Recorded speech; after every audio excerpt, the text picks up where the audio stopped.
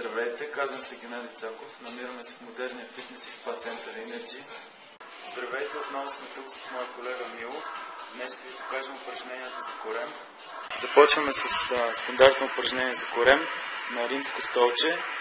Има няколко варианта на изпълнение, в зависимост от наклона.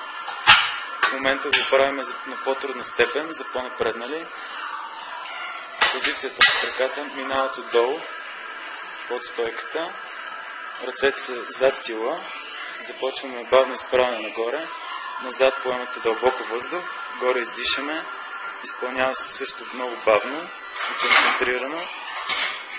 Също има вариант ръцете да са напред. Изпълнявате го в 3 серии, 15 до 20 повторения, в зависимост от натренираността ви. Сега ще ви покажем едно упражнение за корем, което може да изпълнявате в домашни условия. Започваме от седнало положение върху пода. Краката са сгънати под 90 градуса. Гледате да не отлепяте ходилата от пода. Бавно пускате назад тялото и изправяте. В момента ви показвам по-лесния вариант, който е с ръцете напред. По-трудният е, като сгънете ръцете на раменете. Издишате горе, пускате назад и поемате дълбоко въздух.